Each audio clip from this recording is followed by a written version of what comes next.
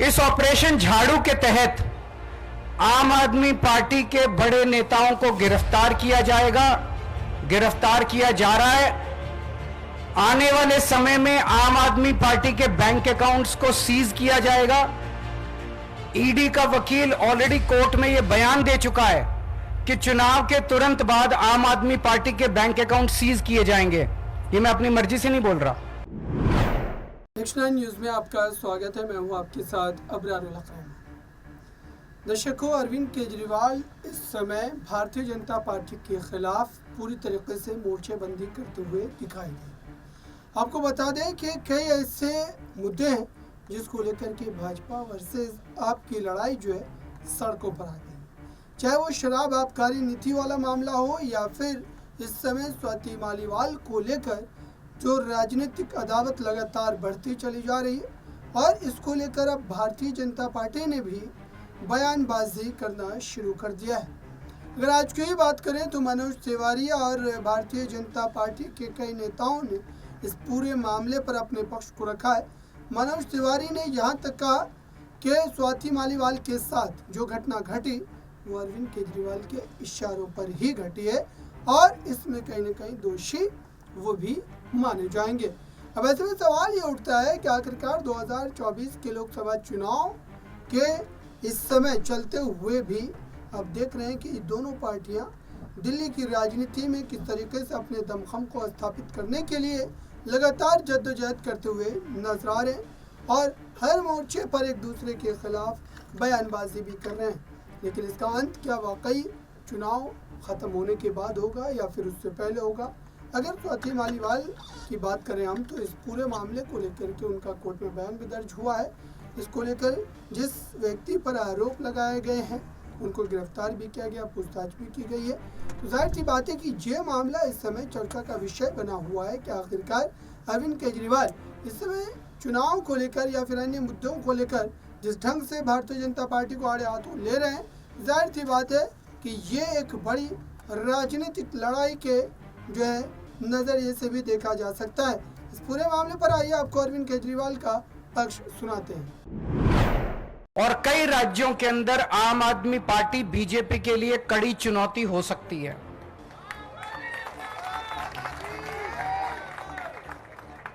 इसीलिए प्रधानमंत्री जी का मानना है और कहना है, इसीलिए जरूरी है कि इस पार्टी को अभी तुरंत खत्म कर दिया जाए, इसके पहले कि ये पार्टी ज्यादा बढ़े और भविष्य में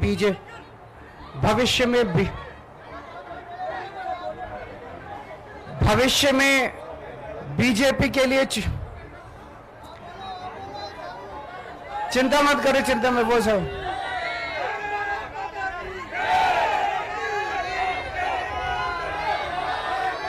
इसके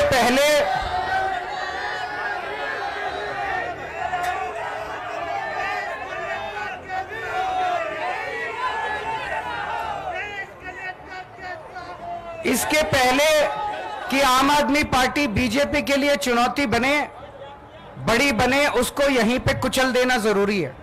उसके लिए उन्होंने ऑपरेशन झाड़ू चालू किया है। इस ऑपरेशन झाड़ू के तहत आम आदमी पार्टी के बड़े नेताओं को गिरफ्तार किया जाएगा, गिरफ्तार किया जा रहा है। आने वाले समय में आम आदमी पार्टी के बैंक अकाउंट्स को सीज किया जाएगा। ईडी का वकील ऑलरेडी कोर्ट में यह बयान दे चुका है कि चुनाव के तुरंत बाद आम आदमी पार्टी के बैंक अकाउंट सीज किए जाएंगे। आपने सुना दर्शकों, अरविंद केजरीवाल संबोधित करते हुए अपने कार्यकर्ताओं को, अपने नेताओं को, सांसदों को, विधायकों को, पार्षदों को यही कह रहे हैं कि भारतीय जनता पार्टी हर मुमकिन कोशिश कर रही है कि आम आदमी पार्टी को राजनीतिक तौर पर ख़त्म कर दिया जाए, चाहे वो दिल्ली की राजनीति से हो या फिर देश की राजनीति से। लेकिन वो इसमें किसी भी तरीके से सफल नहीं हो पाएंगे, उन्हें सफलता नहीं मिल पाएगी, क्योंकि ये लड़ाई लंबे समय तक लड़ी जाएगी। और इसको लेकर जो भी बातें भाजपा की तरफ से आरोप के तौर पर कही जा रही है, उस पर अरविंद केजरीवाल ने ये भी कहा था कि वो अपने नेताओं के साथ, अपने विधायकों के साथ भारतीय जनता पार्टी कार्यालय पहुंचते हैं और फिर उसके बाद बीजेपी जिसे जिसे चाहे उसे गिरफ्तार कर सकती है। ये बातें उन्होंने कटाक्ष के तौर पर कहा दर्शकों, और इसके बाद राजनीतिक हंगामा और भी ज़्यादा बढ़ता हुआ दिखाई दिया। अब ऐसे में सवाल ये उठ रहे हैं कि आखिरकार इस समय जो बयानबाजी का सिलसिला शुरू हुआ है और ख़ास तौर से इस पूरे मामले को लेकर जो सियासी तौर पर ये बातें चल रही है, इसका अंत कैसे हो पाएगा। तो 2024 के लोकसभा चुनाव में और ख़ास करके इस समय जो है 25 तारीख को दिल्ली में आप मतदान होने हैं, उसको लेकर के भी नजरें टिकी है कि आखिरकार उस दिन दिल्ली की जनता का क्या फैसला होगा, दिल्ली की जनता किस करवट बैठेगी, किसे वोट देगी और क्या आम आदमी पार्टी को इन तमाम विषयों का एक बड़ा राजनीतिक लाभ भी मिल पाएगा। इस पूरे मामले को लेकर के हमारी नजरें टिकी हुई है दर्शकों, और लगातार हम इससे जुड़े हुए हैं, तमाम अपडेट आप तक पहुंचती रहेगी। लेकिन उससे पहले अरविंद केजरीवाल ने एक और बात कही है जिसे सुनकर भारतीय जनता पार्टी खेमे में हलचल पैदा हो जाएगी। देखिए इस रिपोर्ट। के तुरंत बाद आम आदमी पार्टी के बैंक अकाउंट सीज किए जाएंगे, ये मैं अपनी मर्जी से नहीं बोल रहा। उन्होंने कहा अभी सीज करने थे, लेकिन अभी हम इनके सीज करेंगे तो इनको सिंपैथी मिलेगी। तो चुनाव के बाद वो आम आदमी पार्टी के बैंक अकाउंट सीज करेंगे और आम आदमी पार्टी को दफ्तर खाली करा के आम आदमी पार्टी को सड़क पे लाया जाएगा। ये तीन प्लान इन्होंने बनाए हैं, हमारे नेताओं को गिरफ्तार करने का, हमारे बैंक अकाउंट सीज करने का, हमारे दफ्तर को खाली कराने का। उन्हें लगता है कि वो इस तरह से आम आदमी पार्टी को खत्म कर देंगे, उन्हें लगता है कि वो इस तरह से आम आदमी पार्टी का विनाश कर देंगे। मैं उन्हें कहना चाहता हूं कि ये आम आदमी पार्टी चंद लोगों की पार्टी नहीं है, ये आम आदमी पार्टी 140 करोड़ लोगों के सपनों की पार्टी है।